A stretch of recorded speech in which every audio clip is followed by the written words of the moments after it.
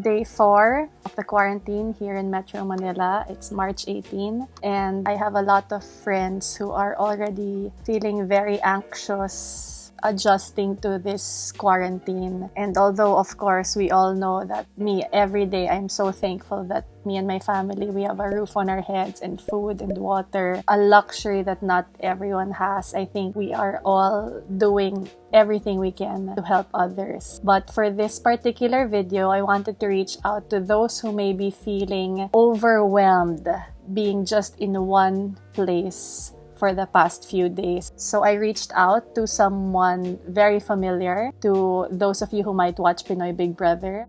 Thanks so much, Doc. Of course, anyone who is familiar with Pinoy Big Brother is familiar with your face and your voice as our resident psychologist. And oh, thank you for that. yeah, of course. And thank you for your time, really. Right.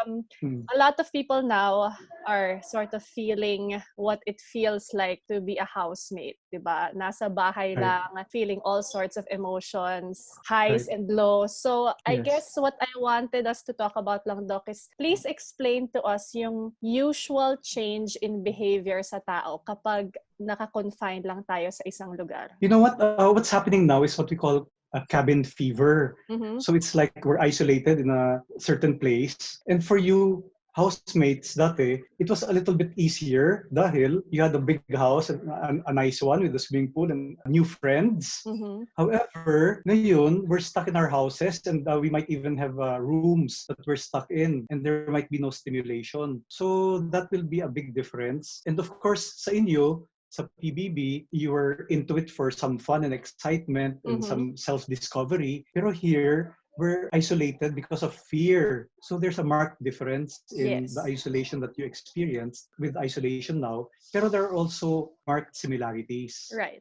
Tama that you pointed that out, Doc, na kumbaga kapag housemate ka kasi ginusto mong sumali versus kung saan tayo ngayon, we had no choice. Parang yun ang mandate na susundan natin. Right. What we're experiencing is a lot of uncertainty, a lot of fear, unpredictability, and of course, there's a fear also of mortality. Some people might get seriously sick. Okay, you mentioned marked similarities. Doc, what are those similarities of yung change in behavior kapag nasa isang lugar ka lang?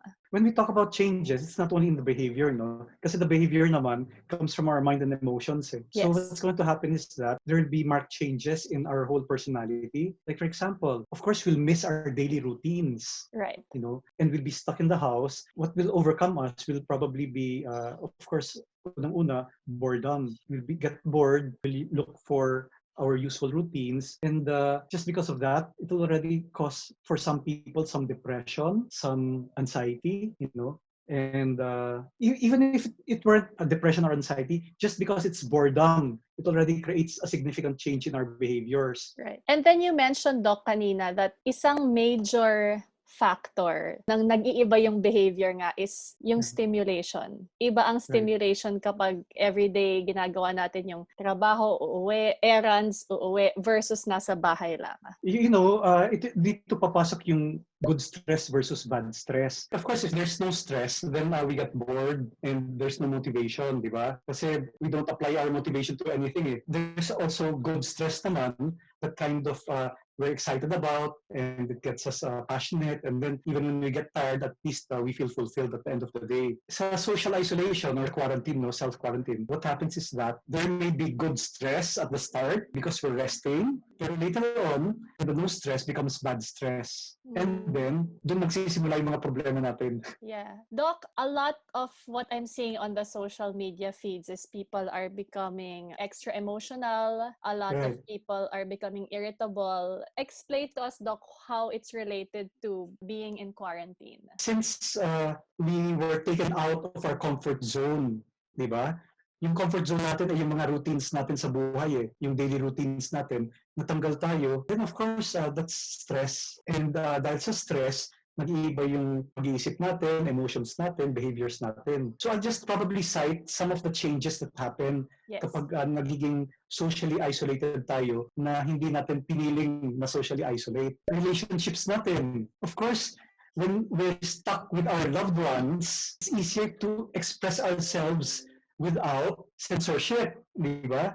So usually, sila yung nakaka-experience ng init ng ulo natin or yung mga anxieties natin. Kasi when we're with friends, we're a bit more careful and more pleasant. With our family members, it's easier to lash out on them, whether they're our spouse, whether they're our girlfriend or boyfriend, or kahit yung mga children natin. Yeah. So magkakainitan ng ulo. Pangalawa, emotions natin.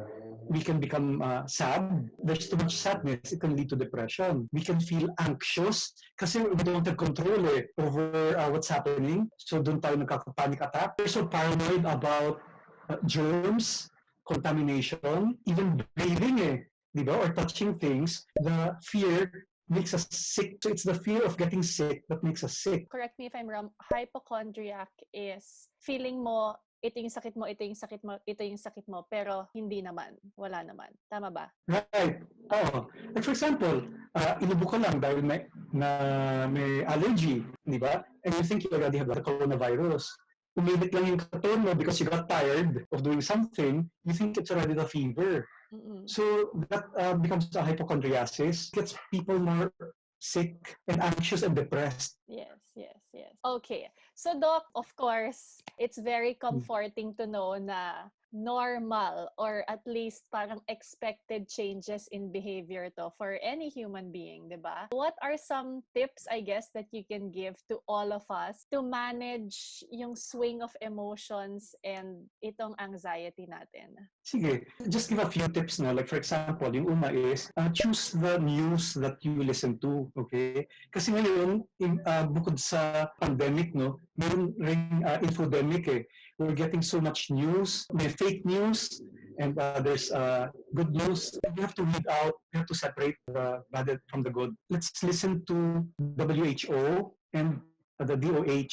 They're the safest to listen to. Mm-hmm. Okay? Pangalawa, siguro the other thing is to be socially connected. Kasi yun ang panlaban sa isolation natin And dito naman tutulong yung computers, yung gadgets, yung social media. Yung concern lang is that baka naman na-addict tayo during this time. Mm-hmm. Dahil the children are exposed to the computer, we have to keep our bounds rin, our limits. Yeah. The other thing is, instead of worrying, we have to be proactive. Kasi it's natural to worry Pero what are we doing without worrying? So let's come up with contingency plans. Alam natin limited yung supplies natin. So we have to have contingency plan A, plan B, plan C. Maging proactive rather than just plain worrying. Kumbaga, channel yung worry into something productive. And practical.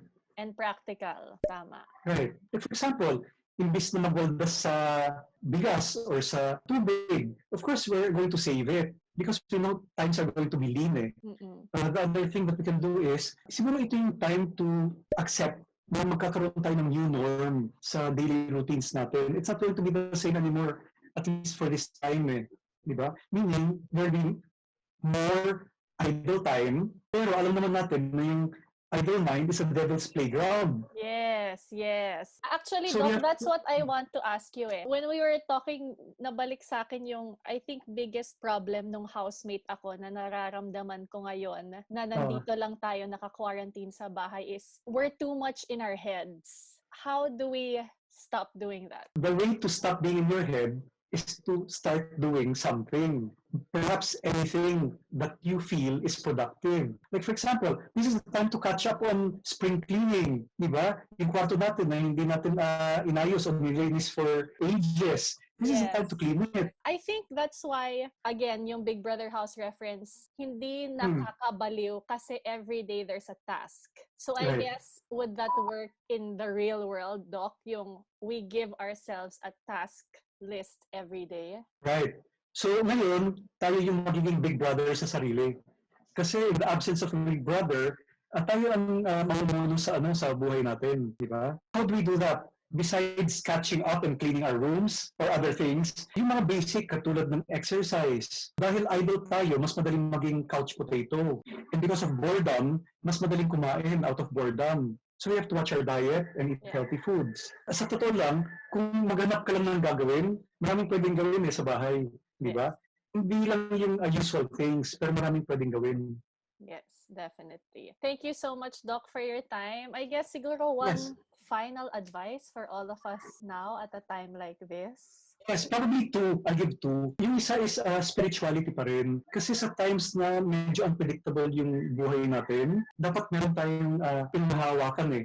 Meron tayong pwedeng i-grasp, you know. And of course, that will be our spirituality, you know, whatever our spirituality is. Pangalawa, be proactive. Do something productive. Do something that will offset the worrying. Keep socially connected. Marami pang tips eh. Pero yun naman Yes. na for today. Yes, thank you very much, Doc. Good luck to all of us during this time. And we really appreciate all your advice that I'm sure helped so many people who are feeling Right. that cabin fever right now. Thank you, Doc. Right. so much. Until I see you again. Yes. God bless, Bianca. In better times. Thanks, Doc. Bye. Okay. Bye-bye. Take care.